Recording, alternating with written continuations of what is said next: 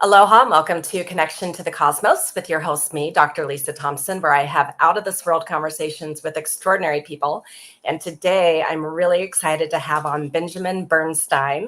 We're going to bring him on in just a moment, and you'll understand why I'm excited to talk to him.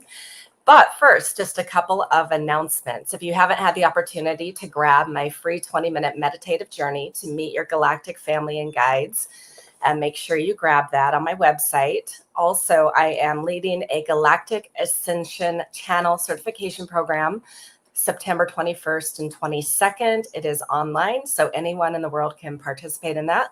Also, I'm leading my Galactic Retreat here on the Big Island of Hawaii, October 2nd to the 6th.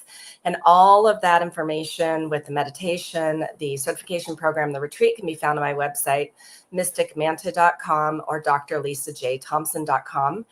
And if you are coming to Hawaii, specifically to the Big Island, then definitely come see me on one of my Big Island UFO tours, where you will see the night sky in a whole new way using the Advanced Generation 3 military night vision goggles. So without further ado, hello, Benjamin. Hello, it's such a pleasure to be here, Lisa. Thanks for having me.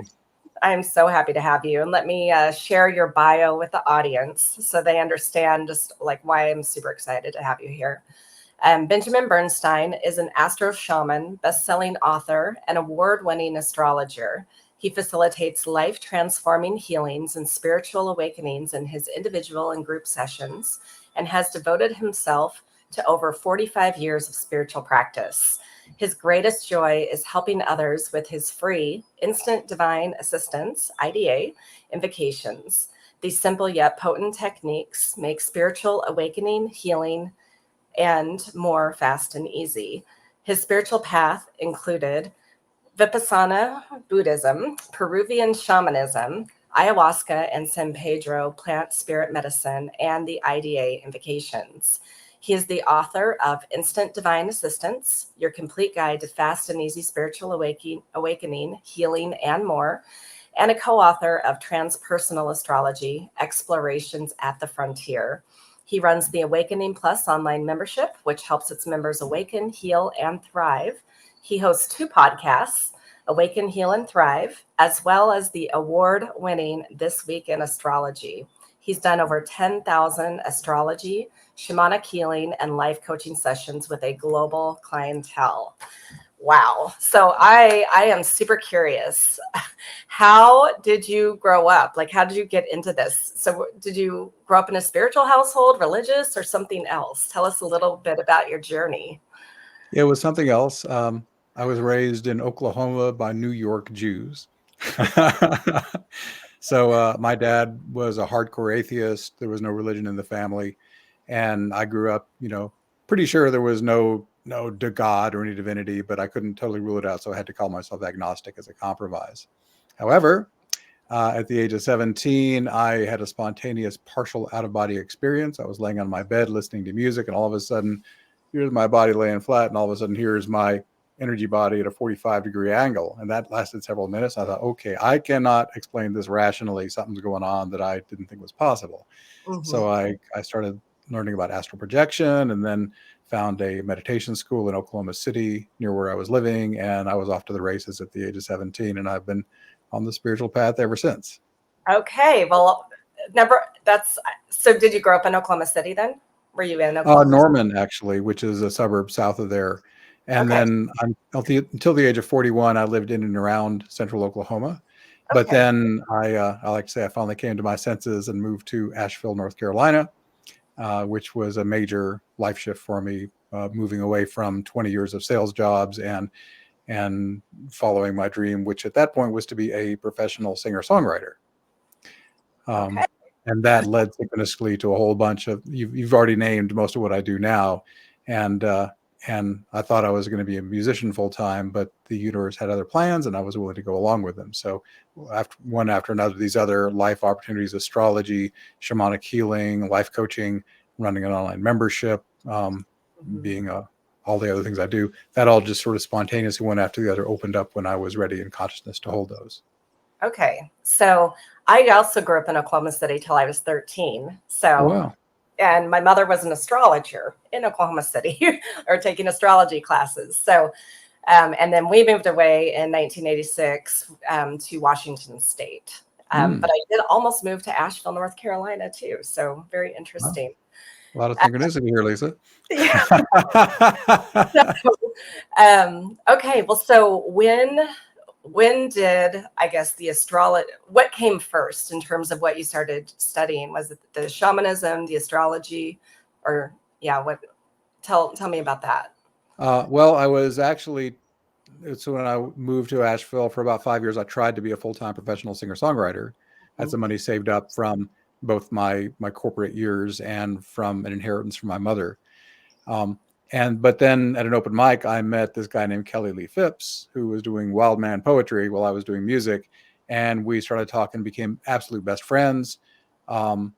At that point, I had no interest in astrology. Believe it or not, my first wife in my 20s was a professional astrologer in Oklahoma. Oh, wow. Okay. And I even edited her first book.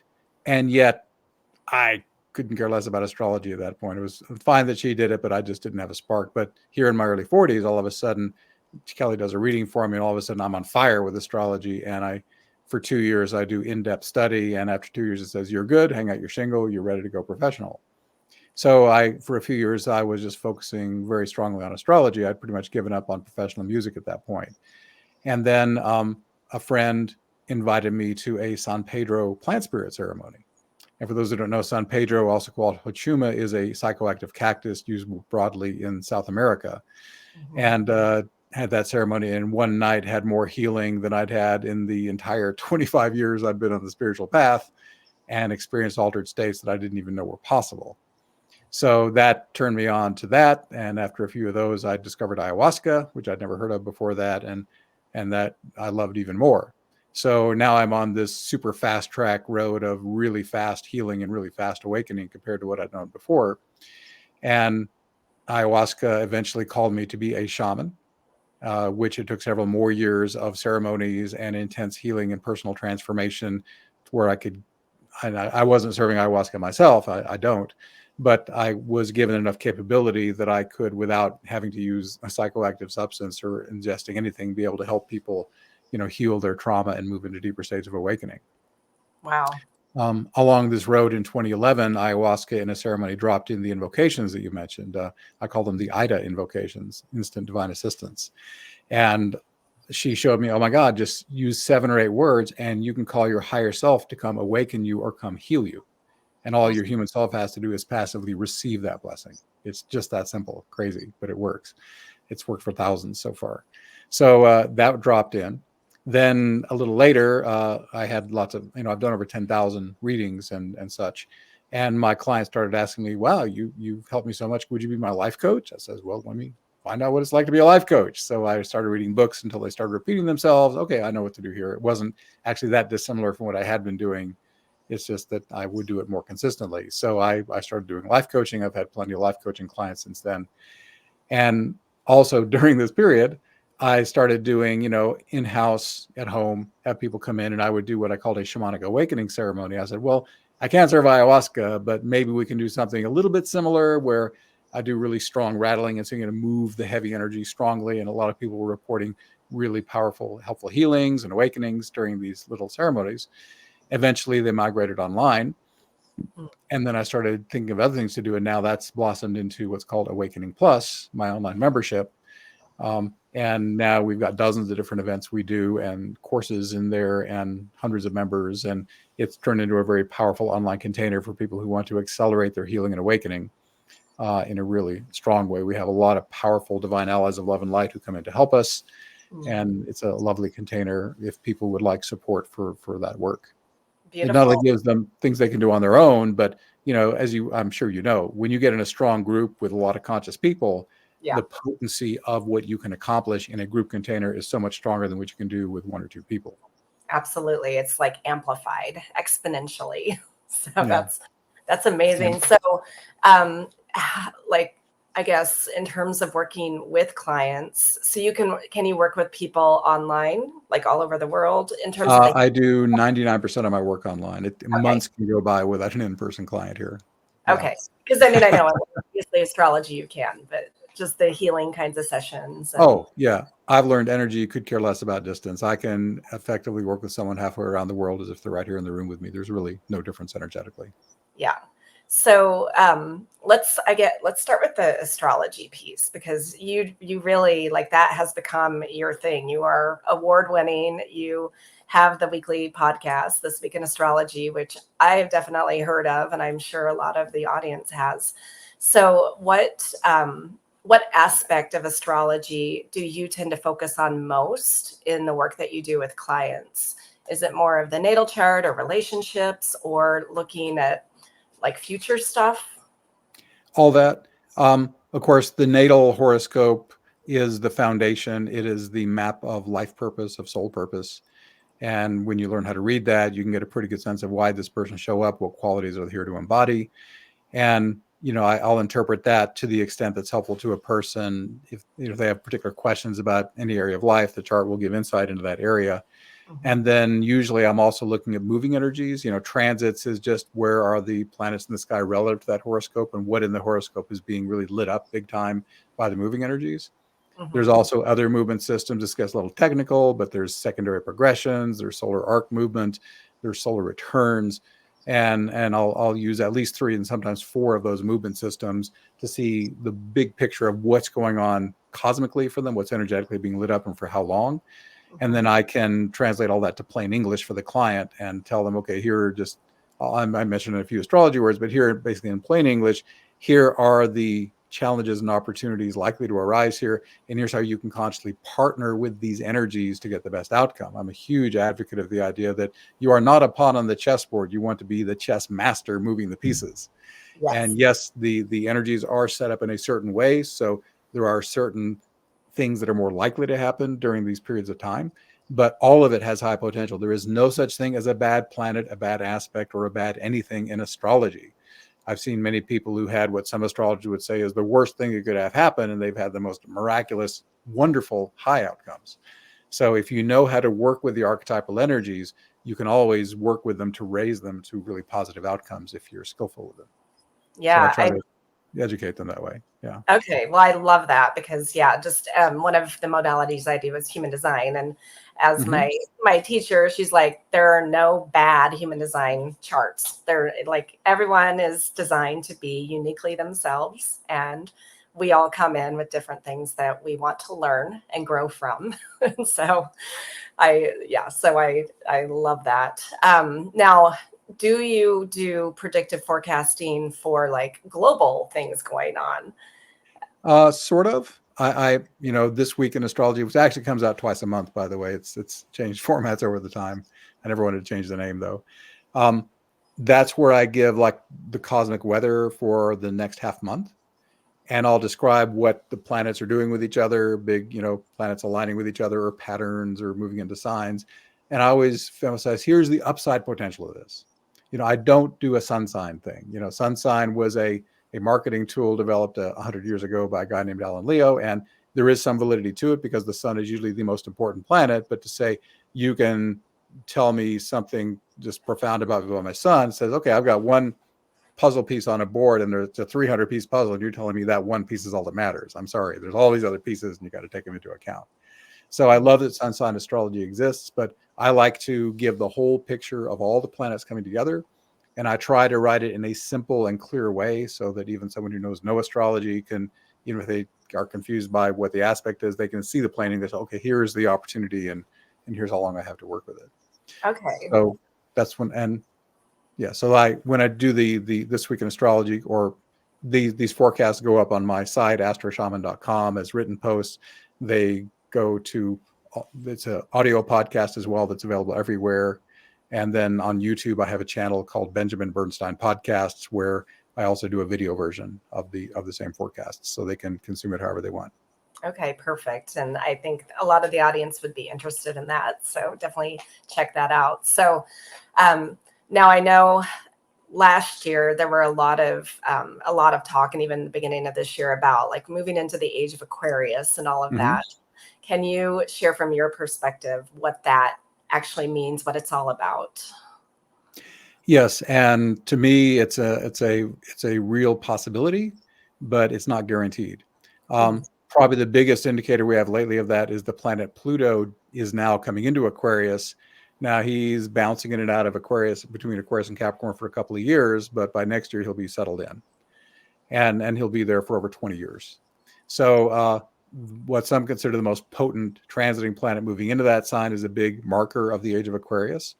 Also, there is a 3-planet alignment called a mini grand trine, where these are in astrology, these 3 are called the gods of change, the transpersonal forces. It's Pluto, Neptune, and Uranus. They're making this little harmonious pattern with each other called a mini grand trine. They haven't made this harmonious pattern for 80 years, and they won't do it again in our lifetimes. And the fact that this is covering most of this decade, it's kind of been warming up in the fall here of 2024. It's going to get nearly exact and really strong. And for the next 2-3 years, it's going to be really strong in the sky. So for everyone, the 3 potent change makers in harmonious alignment is a real big invitation to come into this age of Aquarius. But basically, what happens on Earth will be the combined reality of all human consciousness. Now, fortunately, one really awakened person holding consciousness has more power than a bunch of unconscious people throwing out negative energy or less aware energy. And yet it is going to take a certain tipping point if we're going to get to a significantly more harmonious planetary awareness. So what I like to say in this context is, okay, first off, I'm personally living in an age of Aquarius kind of vibe already. And I know many other people who are. If you're awake enough, it transforms by the as within, so without principle. If you're holding harmony within yourself proactively, then your personal experience of reality will be much more harmonious. The universe always shows up to you very much like what you're holding as your internal awareness. So if someone wants the age of Aquarius to be, then be a participant. Work on your own healing and your own awakening, move that along as quickly as you can. And as you deepen your own awakening, you will be radiating that vibe to the planet, and you will be helping lift everybody else up with your vibration. We're all connected to each other. And when enough humans decide to do that and actually realize it, when enough of us get awake enough, then we could have that tipping point and have what people are calling the Aquarian age. But I say, why wait? Have it now for yourself. And not only will you enjoy the benefits of a much more harmonious human reality and vaster consciousness, but you will be doing a huge part to help everyone else get there too. Everybody wins in this case. Thank you so much for saying that, because that's definitely along what I share, with my audience, with my people. And so the more that we can do that deep healing, and there are so many different ways to do it, and it does not have to take a long time. Like you said, it can be just really I guess, feeling into it. But tell people more, I guess, the way that you work with them in terms of the healing, if you can go in a little more detail with that. Yeah. So my favorite way to, when I do shamanic work, I kind of have 3 ways I can do it. I can get the way most people, the shaman's going to sing and rattle and move energy, and I can do that. And if necessary, I will. But I'd much rather teach my clients how to do it for themselves while I watch them. And that's where the invocations come in. Again, ayahuasca gave these to me. For example, the invocation for embodied awakening is just 8 words. You say to your higher self, maximum embodied awakening that serves highest good, please. You relax. And then it starts coming in the top of your head. It gives you as much as you're ready for, never too much. These invocations can never overwhelm or give you too much of anything. It may be intense, but it will never be too much. And then you just can receive the awakening. And I've had people who've never meditated a day in their lives go into a state of embodied awakening in a minute or 2 doing this. And people who do this technique regularly say, I can routinely say those 8 words and I will be in embodied awakening in 5 to 10 seconds. Wow. And what I mean by embodied awakening is you're sitting here, you are conscious that your higher self, this being of pure love and equanimity and peacefulness, is driving your body. You've allowed it to take over, but you, the ego, could take it back anytime, because the higher self, only stays with your consent. And the reality is, okay, now there's more harmony, flow, ease, and grace. Everything I'm responsible for, I'm doing more responsibly and more joyfully. Instead of being a couch potato, you're actually more active in the world. Instead of having to figure things out mentally so much, your intuition works so much better, and increasingly you just know what to do. And there's also this full body euphoria that comes along. And this is just basic baseline awakening. This is not even an advanced, this is just enough that your higher self is there to to get this basic shift. And then the levels beyond that are indescribable and amazing. And then the bliss and ecstasy starts going off the charts. And you wake up every morning in a state of bliss, and you hardly want to get out of bed because, man, what drug did I just take? I feel so awesome. But it's your body making its own chemicals, because those are the chemicals of being awake. Now, I'm exaggerating. I'm actually not exaggerating with the bliss, but you do want to get out of bed and go do stuff. Yes. I was just making an illustration there. So, Okay. and the same way, the embodied awakening invocation pairs with the healing invocation. And that's almost the same thing. You say maximum healing, that serves highest good, please. And then the follow-up, instead of just relaxing and feeling the energy come in, with the healing invocation, you said that because something felt out of sorts with you. There was some kind of physical or emotional thing happening that didn't feel good. Mm-hmm. And after you say the healing invocation, you simply hold attention wherever that discomfort is. And all your human does is just feel it, just using the least effort needed to even feel it. And then your higher self gets in there, goes right to that spot and stirs it up, and usually just flushes it out your hands or your feet, or it transforms it to love and light. And all this happens on autopilot. Your human self simply has to call your higher self to do it for you, and then watch. You have to keep paying attention to have the higher self keep working on it, but that's all. It's almost effortless. So with those two basic tools, the fact that you can now call in your own embodied awakening and have your higher self awaken you, and you can call in healing and have your higher self heal you. I've, if someone wants, evidence of this, go to Amazon.com and go to my book. It's got a 15-word title: Instant Divine Assistance, Your Complete Guide to Fast and Easy Spiritual Awakening, Healing, and More. And read the reviews. As we record this, there's now 200 ratings, lots of written reviews as well. And most of the people who have reviewed the book have never encountered me. All they know is they read the book and did the techniques, and they're describing in these reviews what happened to them. And there's all these reports of people having really powerful healing and awakening experiences. So, the invocations have been out there for over 13 years now. I personally have led thousands through them individually and in groups. And with rare exceptions, they work for just about everybody. Wow. And Can you give examples of how people have maybe healed themselves with the invocations? There's one example in the book where a woman was having, for months, she was an avid hiker. She was having trouble. She was having a lot of pain in the left side of her body. She was correlating it to mother issues, she said. And she had tried everything: chiropractors, network chiropractic, yoga. All of her usual go-tos were not healing it. So then she says, I finally tried his healing invocation, and she sat down and called it. And she said for the next hour, it really hurt because all this intense healing energy was coming into that spot. But she just did the process. She relaxed and she felt the healing energy moving. And after an hour, she said it was like completely healed. She then had complete mobility. There was no pain, no stiffness, and that issue never recurred. So sometimes there is some discomfort or pain if there's a strong healing that needs to happen. But again, it will never be overwhelming. So if you're willing to feel some discomfort for a limited period of time, your higher self can get in there and really take care of stuff really fast. I've worked personally with, many, many people over the years who came in and they were suffering this profound life trauma from some terrible abuse they had when they were a kid.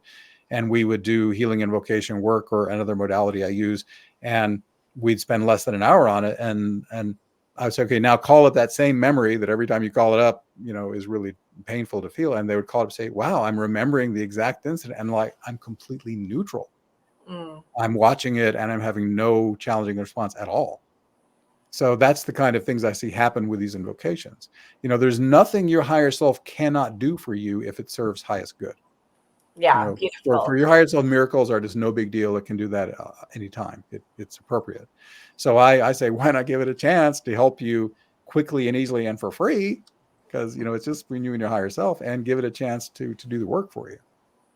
Yes, I love that. Well, I'm definitely going to check your book out when we get off. I will definitely order that. And I would encourage anyone that's listening or watching to take advantage of that as well. Now, in terms of the plant medicine, so, I've done a little bit myself, but I haven't done San Pedro or Aya. So can you share, because before we got on, I had asked you, if you have had kind of galactic experiences, and you're like, yes, definitely. So I'd love for you to share some of the experiences and the awareness that you came to know through the plant medicine. I can. The big obstacle, of course, is that the realms we're talking about are beyond description. All the awakening teachers say, "I'm sorry, words can't go here." My favorite is from the teacher Adyashanti. Says, "I'm about to describe spiritual awakening, which cannot be described. So I know I'm going to fail, but I'll fail as well as I can."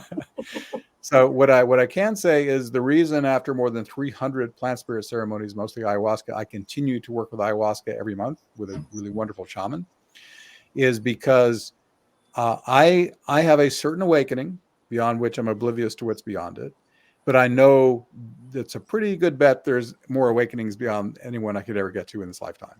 Awakening is not a one and done; it's like an infinite progression in my experience. Mm-hmm. And what ayahuasca knows, because ayahuasca, let me just explain. This is it looks like a beverage that you drink, okay, and it is that, but there's a vast consciousness beyond that is so vastly greater than any human consciousness. It's like not even a comparison. Ayahuasca's consciousness goes all the way up to absolute divine union. So there's nothing ayahuasca cannot get to. She covers the whole realm. Okay.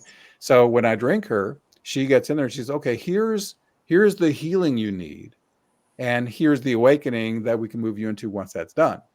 Now I want to take one tangent and talk about why healing leads to awakening. I have this image I use in my book called the Great Onion of Consciousness. Okay. Imagine your awakened self. It's like, if you want to visualize it, a big old ball of white light, it's bliss, ecstasy, and euphoria. Okay. But around this big ball of light are all these dark onion layers. And these are all the layers of trauma from this or past lives you have not yet healed. So you don't have to make an awakening. It's done. It's waiting for you. It's all ready. What you have to do is clear the gunk between you, the human, and the awakened self.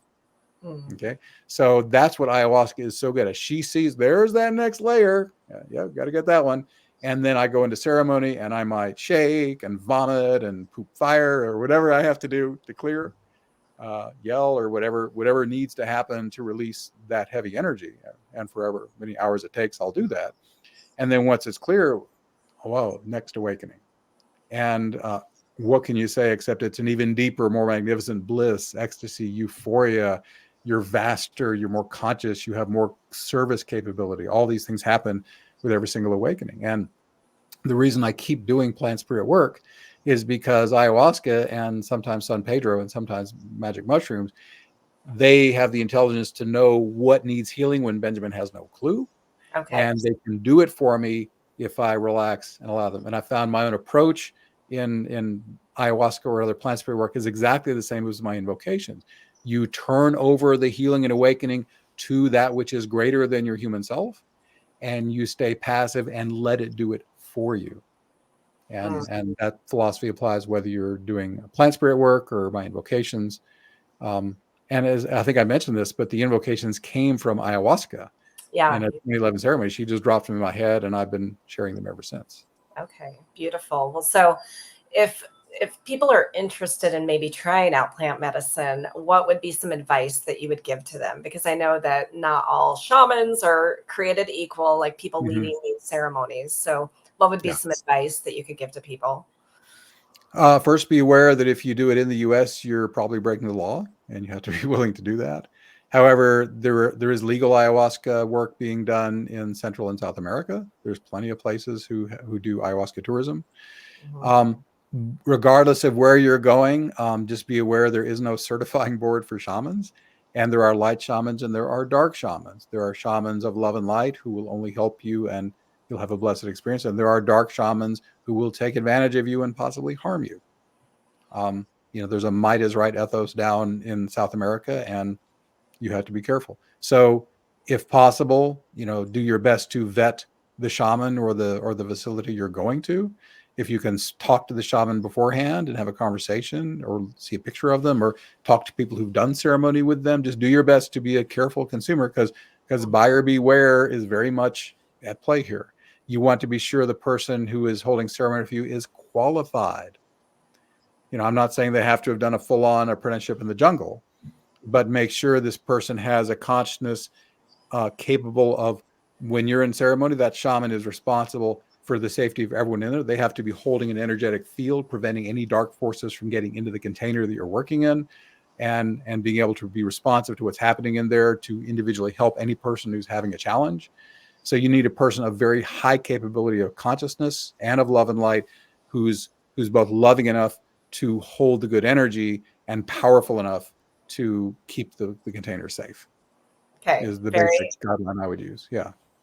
very good advice. And just like, yeah, in terms of discerning and talking to people who have maybe experienced certain shamans or groups that are leading this, because it is becoming more and more popular. It's still, not mainstream, but it's definitely becoming more popular here in the States. And Mm-hmm. I know here in Hawaii, there are a couple people that are leading things, but and I've been curious to try it, but I don't know if I trust them. So that's the thing. So so that was a curiosity question for myself too. Yeah, and just a practical way, it's possible. There's a lot of shamans who tour around the country, and there's sort of an underground network. So if you want to tune into such a network, what you might do is just do some local Googling on shamanism or shamanic healing, and then the name of your city or a large city near you. And chances are there might be a meetup group who does some kind of shamanic something or other. It's probably not going to be ayahuasca, but something.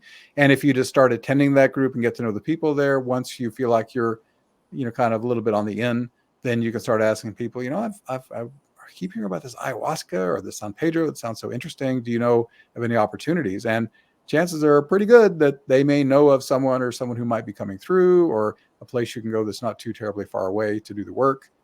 So I know there's more and more underground shamans, all over the place now. So you just have to know someone who knows someone. So start, networking into a shamanic group, and from there you can sort of learn what's going on. Or, if easier, you can just go online, ayahuasca ceremony Peru, ayahuasca ceremony Costa Rica, and there's tons of facilities who do it quite legally and openly. And if you're willing to spend a few $1,000s to go travel to do a ceremony, that's an option you can do pretty much anytime. Yeah, I actually had a guest who's a shaman down in Peru, who does lead those ceremonies down there. So, okay, so what else that we haven't covered would you like to share about your business or your understanding of the universe that the audience might want to know about? The one thing I do that was recently added to my repertoire that I haven't mentioned, I now do a VIP day, Okay. where I work with a person for 8 or 9 hours straight. And this can be done in person here or where they live, or we can do it online. So I have this new service where if someone wants to go really deep and do a lot of healing work really profoundly and deeply, a VIP day is a way to do that very quickly. And that's if they go to astroshaman.com and click services, VIP day is there under the service ideas as well. In terms of the larger context, I would just say I cannot overemphasize the importance of spiritual awakening. In my experience, there is nothing more practical or helpful. If you just even if you just did my embodied awakening invocation, maximum embodied awakening that serves highest good, please, and just relax. Now, as I mentioned this, let me not forget to mention on my site, astroshaman.com, there is actually a free video that will take people through some or all of these invocations I'm talking about for free. Okay. And if you just go to astroshaman.com/invocations, it'll go right to that video where you can get that information. And not only do I talk about it, I lead people through it in real time on the video.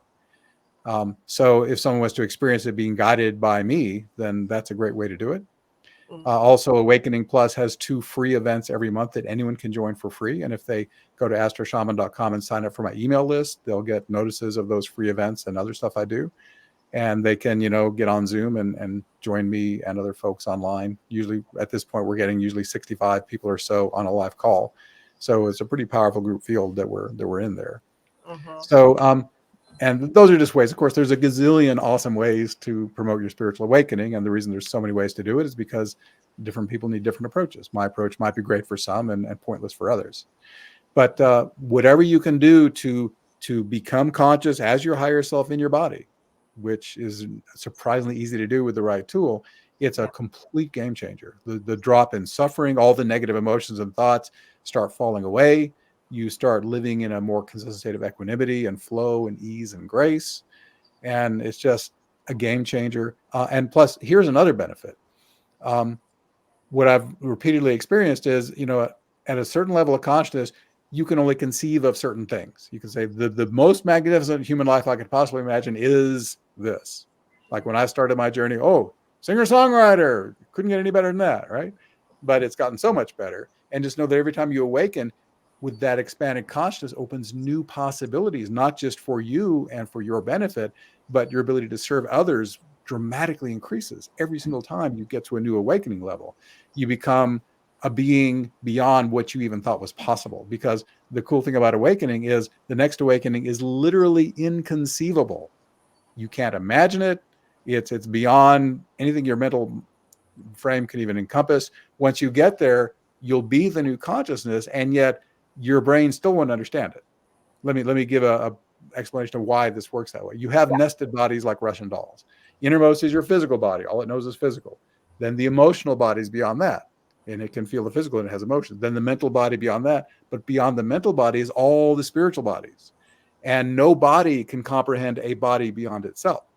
So we talk about awakening. I can use metaphors and similes all day and be a finger pointing at the moon, but I can't put into words that consciousness. It just has to be experienced. So as you go into these awakening levels, you just have to be them. You are merged with them. You flow with them, but there is no understanding them mentally. It is beyond that level. And you now become beyond what you thought you were. You thought at first perhaps you were an ego and a brain and thoughts and emotions, but that's just the tiniest tip of your iceberg. You are so much more than that. You are ultimately the entire universe and all the dimensions of consciousness. And what awakening does is it opens you to that direct experience. And those who are on the path of love and light, naturally, when they open those, I want to help other people get here too. This is amazing, right? And then you have more capability to help people do that. Even if you say not a word to anyone, the consciousness you hold, the energy you radiate does that. Like we were talking about earlier with the Aquarian age, the more awakened you are, the more you radiate Aquarian age energy and help everyone else get there too, because the rising tide lifts all the boats. Yes, beautiful. So, astroshaman.com is your website. Yes. Mm-hmm. Okay. And then where else can people find you? Just remind people of your YouTube channel and what socials you're on and all of that. Okay. Yeah. Beyond that, the membership website is good. That's awakeningplus.com, awakeningplus.com. On YouTube, I'm at Benjamin Bernstein Podcasts. This is how that one goes. And if they just search AstroShaman or Benjamin Bernstein on social media, they'll probably find me up pretty quick. But really, probably the best way is just to go to astroshaman.com, because everything else links from there. Okay. And I make sure that they can get to any other place from there. So that's kind of the one-stop shop. Beautiful. So in our last bit of time, any parting words that you would like to share? Enjoy your life. Just know that the more awake you are, the more enjoyable and amazing and off the charts extraordinary it's going to be. And remember too that healing is the path to awakening. If you've got disturbing things coming up emotionally or physically or whatever, each one of those is a gateway to a deeper awakening. It's drawing your attention to some thick, heavy energy that once cleared, whether it's through my healing invocation or any other modality you choose, is going to launch you into greater awakening. And remember, the more intense the challenge, the greater the slingshot effect of how much deeper you're going to awakening once you heal that thing. And in my experience, the vast majority of the challenges people face can be healed once they find the right modality. And in my experience, delegating that healing to your own best inner healer, your higher self, is a good thing to shoot for. Chances are pretty good it can take care of that for you. Yeah, way better than Western medicine. Well, it has its place too. I would never not want to have a hospital available if I need one, but they're good for emergency care and things like that. But for the deeper, more meaningful personal work, these spiritual modalities are really effective. Yeah. Well, beautiful. Well, thank you so much for being here with me today. And I look forward to hopefully seeing you in the future in person. And then you and I, we do participate in a lot of the spiritual summits together. Mm-hmm. So definitely the audience, check those out. And for those watching or listening, thank you so much. And I'll see you next time on Connection to the Cosmos. Aloha.